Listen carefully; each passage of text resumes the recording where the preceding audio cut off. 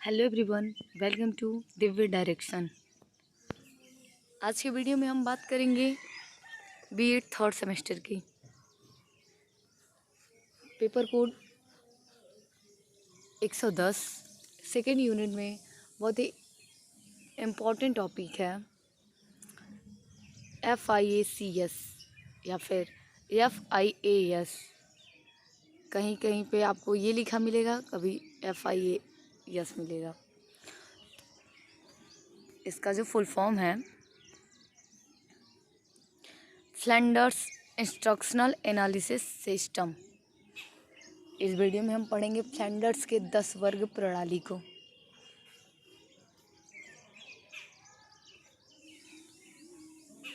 चलिए स्टार्ट करते हैं, इसे समझते हैं। फ्लैंडर्स के नियम को, जो फ्लैंडर्स का 10 वर्ग प्रणाली था, 1959 में गैलेवो ने इसकी आलोचना की थी।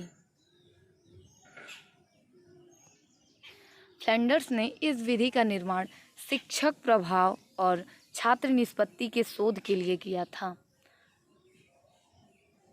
यह प्रविधि विशेष रूप से कक्षा के शाब्दिक व्यवहार तथा कक्षागत संप्रेषण के लिए प्रयोग की जाती है। जो फ्लैंडर्स का नियम है वह शिक्षक प्रभाव और छात्र निष्पत्ति के शोध के लिए किया गया था।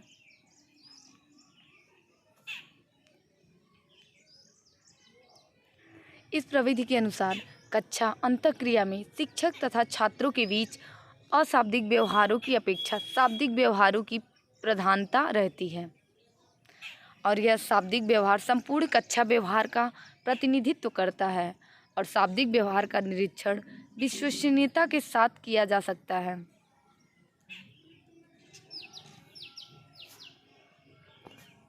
आगे देखते हैं। फ्लैंडर्स ने अपने सहयोगियों के साथ 1955 से 60 के बीच मिनेसोटा विश्वविद्यालय, ये अमेरिका में है, इस विश्वविद्यालय में इस प्रविधि की सहायता से कक्षा में शिक्षक के व्यवहार का प्रति 3 सेकंड में होने वाले परिवर्तन के क्रमबद्ध रूप से निरीक्षण किया जाता है। यह एक वस्तुनिष्ठ तथा वैज्ञानिक प्रविधि मानी जाती है। इस प्रणाली का मुख्य विशेषता दो या दो से अधिक व्यक्तियों के मध्य स्वक्रम तथा अनुक्रिया का निरीक्षण करना होता है। फ्लैंडर्स का जो नियम है वो यह कहता है, फ्लैंडर्स का नियम किस लिए है? टीचर के बिहेवियर का एनालिसिस करने के लिए व शाब्दिक व्यवहार को अपनाने के लिए है। शिक्षक का कक्षागत व्यवहार, यानी कि जो शिक्षक होता है जब कक्षा में प्रवेश करता है तो उसके प्रत्येक 3 सेकंड में उसके व्यवहार में परिवर्तन होता रहता है। इसी परिवर्तन को नोट करना इस शिक्षक के व्यवहार के संदर्भ में यही फ्लैंडर्स का 10 वर्ग प्रणाली है। आगे समझते हैं अब।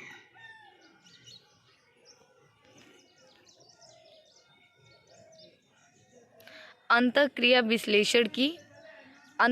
विश्लेषण प्रणाली की विशेषता, इसको भी समझ लेते हैं। पहला क्या है? कक्षा शिक्षण में शाब्दिक व्यवहार की प्रधानता होती है। शाब्दिक व्यवहार की प्रधानता होती है और अधिकतम समय शाब्दिक व्यवहार का ही प्रयोग किया जाता है। 2 तरह के व्यवहार होंगे, एक शाब्दिक और एक अशाब्दिक। शाब्दिक मीन्स जिसमें लिख के पढ़ करके जिसमें काम किया जाए, जो ऐसे व्यवहार, और अशाब्दिक जो इशारे के द्वारा काम होते हैं वही शाब्दिक व्यवहार, अशाब्दिक व्यवहार होते हैं। जो लिखा जाता है, पढ़ा जाता है, वो शाब्दिक व्यवहार के अंतर्गत आते हैं। सेकंड देखते हैं। सामान्यतः कक्षा में शाब्दिक व्यवहार के साथ अशाब्दिक व्यवहार भी होते हैं, जहां अशाब्दिक व्यवहार की विश्वसनीयता तथा निरीक्षण करना काफ़ी समस्यात्मक होती है, जबकि शाब्दिक व्यवहार का विश्वसनीयता के साथ निरीक्षण किया जा सकता है, जो कि संपूर्ण व्यवहार का शुद्ध प्रतिनिधित्व करता है। आगे देखते हैं अब। तीसरा नंबर क्या है? तीसरी विशेषता, छात्रों पर शिक्षक का व्यवहार ज़्यादा अधिक प्रभाव देता है या अत्यधिक प्रभाव देता है, अतः छात्रों का व्यवहार शिक्षक से प्रभावित होता है। 4 नंबर क्या है? विशेष रूप से शिक्षक का कक्षागत व्यवहार छात्र व्यवहार से भी प्रभावित होता है। जो शिक्षक का कक्षागत व्यवहार होता है छात्र के व्यवहार से प्रभावित होता है, और छात्र का जो व्यवहार होता है वो शिक्षक के व्यवहार से भी प्रभावित होता है। 5th नंबर है, शिक्षण प्रक्रिया में शिक्षक छात्र के मध्य का संबंध एक महत्वपूर्ण तत्व होता है। 6 नंबर, कक्षा में प्रजातांत्रिक वातावरण छात्र के उच्च स्तरीय निष्पत्तियों को प्रोत्साहित करता है। 7 नंबर, अधिगम प्रक्रिया में कक्षा का वातावरण एक महत्वपूर्ण स्थान रखता है। 8 नंबर जो है, कक्षा में शिक्षक के शाब्दिक व्यवहार की निरीक्षण का कार्य वस्तुनिष्ठ रूप से किया जाता है। ये हमने देखा अंत प्रक्रिया शिक्षण की प्रणाली की विशेषता। अब हम देखते हैं 9वां नंबर क्या है।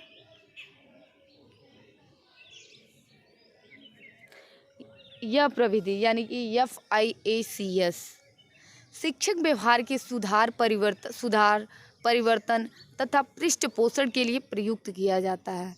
ये जो फ्लैंडर्स का नियम है वो शिक्षक व्यवहार में सुधार, परिवर्तन, पृष्ठपोषण के लिए उपयोग किया जाता है। अब फ्लैंडर्स के 10 वर्ग प्रणाली को भी समझ लेते हैं, क्या है ये। फ्लैंडर्स के 10 वर्ग प्रणाली।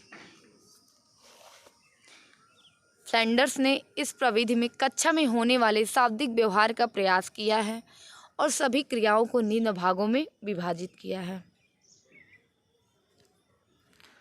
पहला है शिक्षक कथन, टीचर टॉक। दूसरा छात्र कथन, पीपल टॉक। तीसरा मौन, कॉन्फ्लिक्ट या साइलेंस। अब आगे समझते हैं। सबसे पहले टीचर टॉक को समझते हैं।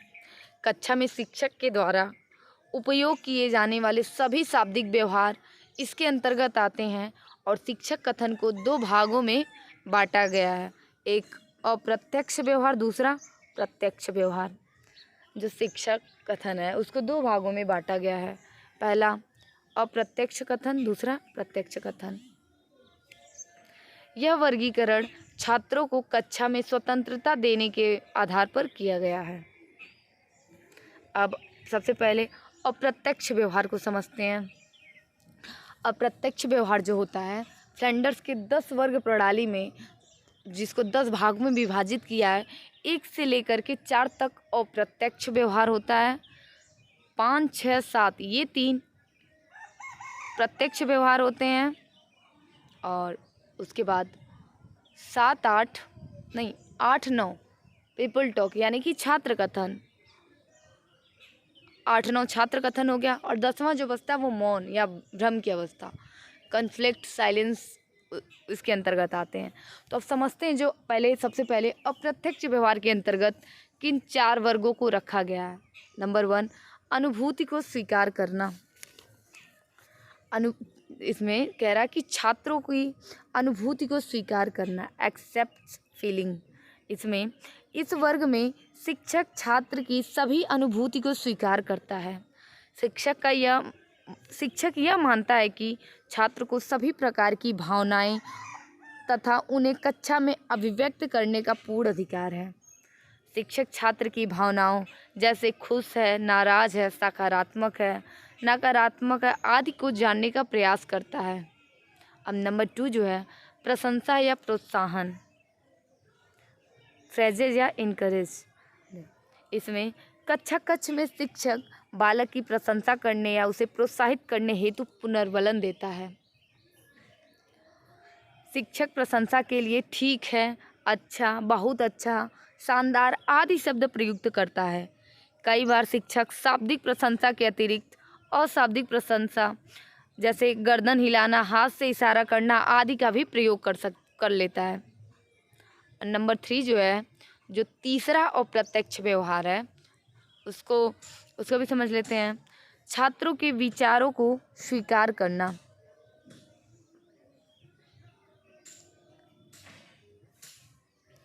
इसके अंतर्गत क्या होता है, इस वर्ग में शिक्षक छात्र द्वारा व्यक्त किए गए विचारों को स्वीकार करता है, उनके विचारों को अपनी व्यवस्था में प्रयुक्त करते हैं। कभी कभी ऐसी परिस्थितियां आ जाती हैं कि तथ्यों को छात्र समझ नहीं पाता है, तो शिक्षक उसे विस्तार में समझाते हुए कहते हैं कि अच्छा मैं बताता हूँ, तुम्हारे कहने का तात्पर्य है। इस तरह शिक्षक उनके विचारों को आधार बनाकर विषय वस्तु का प्रस्तुतिकरण करता है। यही इसमें छात्रों के विचारों को स्वीकार करने में यही है, जो शिक्षक होता है अपने स्टूडेंट के विचारों को लेता है, ग्रहण लेता है। उसके बाद उसको अगर गलत रहता है, उनके विचार सही दिशा में नहीं होते, तो उनको मॉडिफाई करके उन्हीं के विचारों को आधार मान करके प्रस्तुत करता है अपनी बात को। नंबर 4, अप्रत्यक्ष व्यवहार का चौथा नंबर क्या है? प्रश्न पूछना। इसमें शिक्षक छात्रों के समक्ष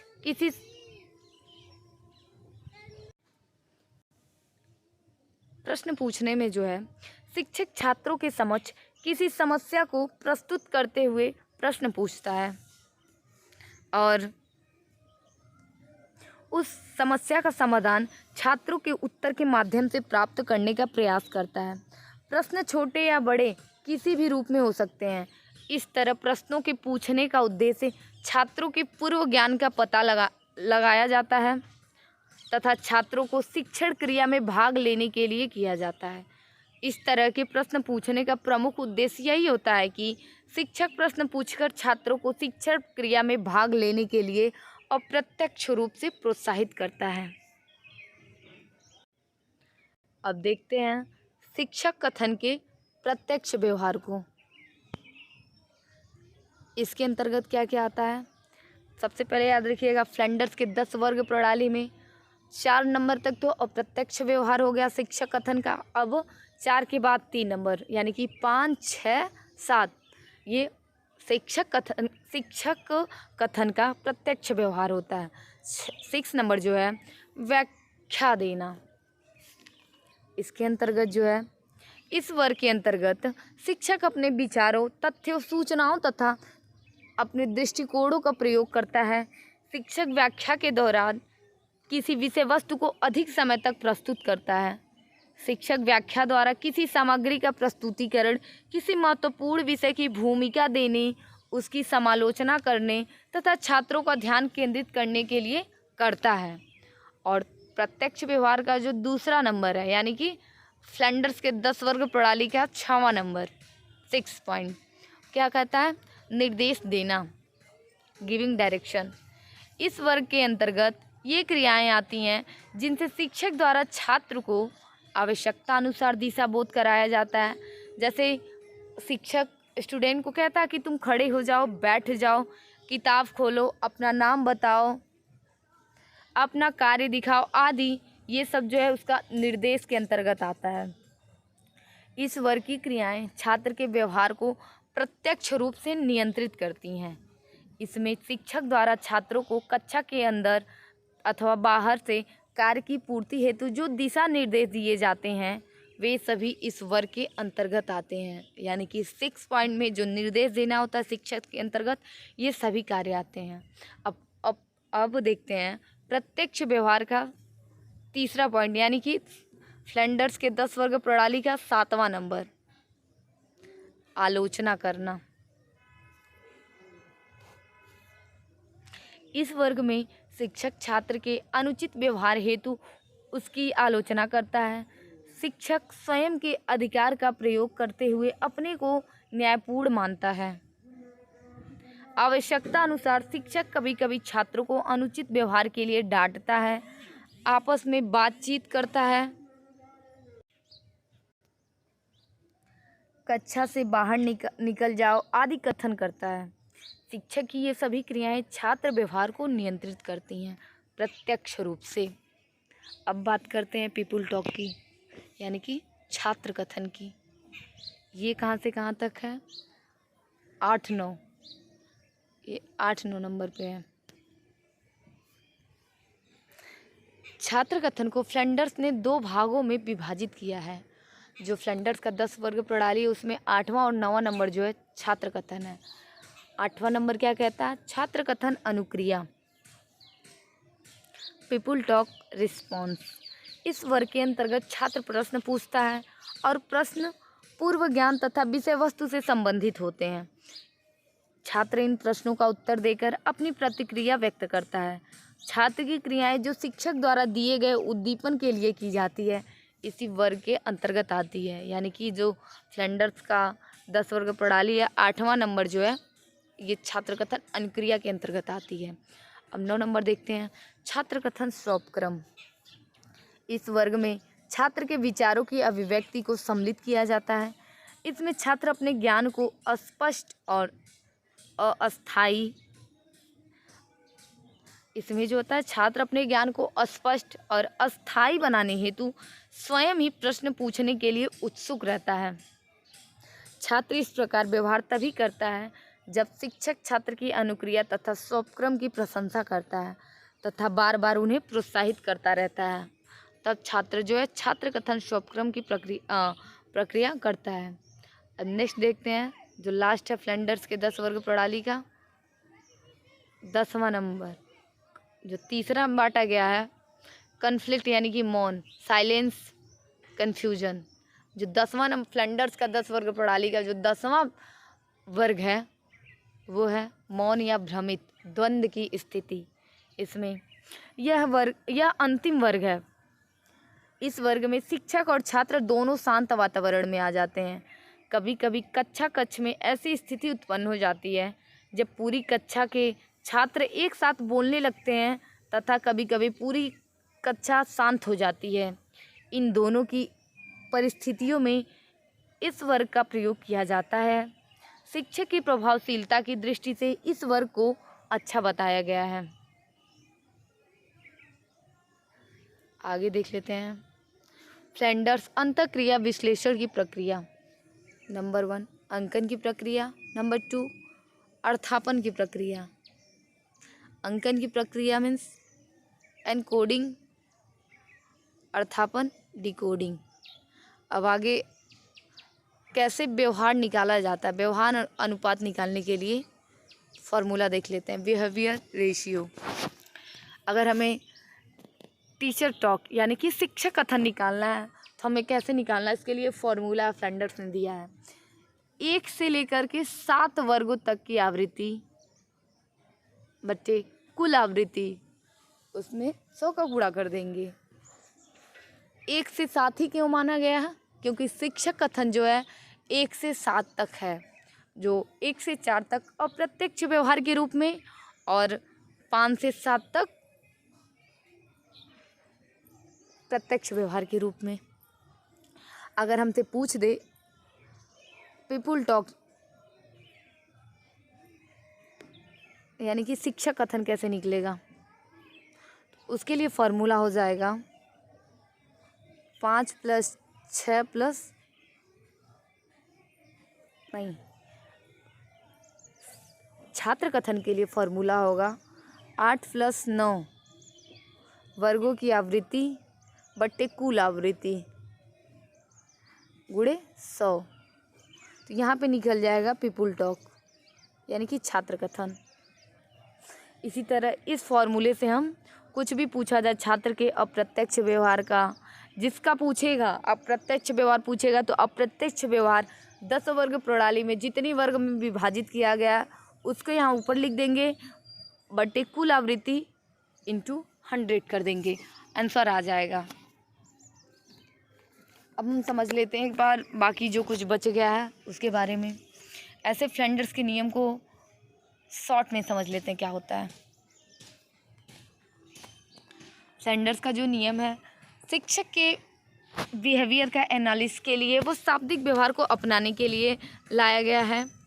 ये जो इसमें फ्लैंडर्स के नियम के अनुसार शिक्षक का जो कक्षागत व्यवहार होता है प्रत्येक 3 सेकंड में बदलता रहता है और 1 मिनट में 20 से 25 बार बदलता है और 20 मिनट में 400 बार बदलता है। फ्लैंडर्स का जो नियम है पाठ्यवस्तु व विषय वस्तु से संबंधित कम ध्यान देता है। फ्लैंडर्स का नियम छात्र शिक्षण सीमा को सीमित किया। फ्लैंडर्स के नियम में छात्र शिक्षण को सीमित किया जाता है, यानी कि छात्र शिक्षण की जो सीमा होती है उसको सीमित कर दिया जाता है। कक्षागत व्यवहार है उसको 2 भागों में बांटा गया है, 3 भागों में बांटा गया है। जैसे कह सकते हैं टीचर टॉक शिक्षक कथन, दूसरा छात्र कथन। कक्षागत व्यवहार इसको 3 भागों में, teacher talk, people talk, silence. अब जो टीचर टॉक है इसको 2 भागों में बांटा गया, अप्रत्यक्ष टीचर टॉक, अप्रत्यक्ष, और दूसरा प्रत्यक्ष। अब जो ये अप्रत्यक्ष है वो 1 से लेके 4 तक है, और प्रत्यक्ष जो है 5 से लेके 7 तक है। अब पीपुल टॉक को भी देख लेते हैं। ये जो है 2 वर्ग में है, केवल 8 और 9 नंबर। अब तीसरा जो कॉन्फ्लिक्ट यानी साइलेंस का ये कॉन्फ्लिक्ट का ये जो है 10वां नंबर। फ्लैंडर्स का 10 वर्ग प्रणाली है। आप सभी लोग हमेशा याद रखिएगा कि फ्लैंडर्स का जो 10 वर्ग प्रणाली है वो कौन कौन सा है, कौन सा किस नंबर पे है, इसका विशेष ध्यान रखिएगा। तो एक बार लास्ट बार बोल देते हैं। फ्लैंडर्स का जो 10 वर्ग प्रणाली जो विभाजित वो इस प्रकार है। नंबर 1 छात्रों की अनुभूति स्वीकार करना। नंबर 2 प्रशंसा या प्रोत्साहित करना। नंबर 3 छात्र के विचारों को स्वीकार करना। नंबर 4 प्रश्न पूछना। ये शिक्षक कथन के अप्रत्यक्ष व्यवहार के अंतर्गत आते हैं। अब शिक्षक कथन के प्रत्यक्ष व्यवहार को यानी कि 5th नंबर को देखते हैं, व्याख्या देना। 6 नंबर जो है निर्देश देना। 7 नंबर समालोचना करना।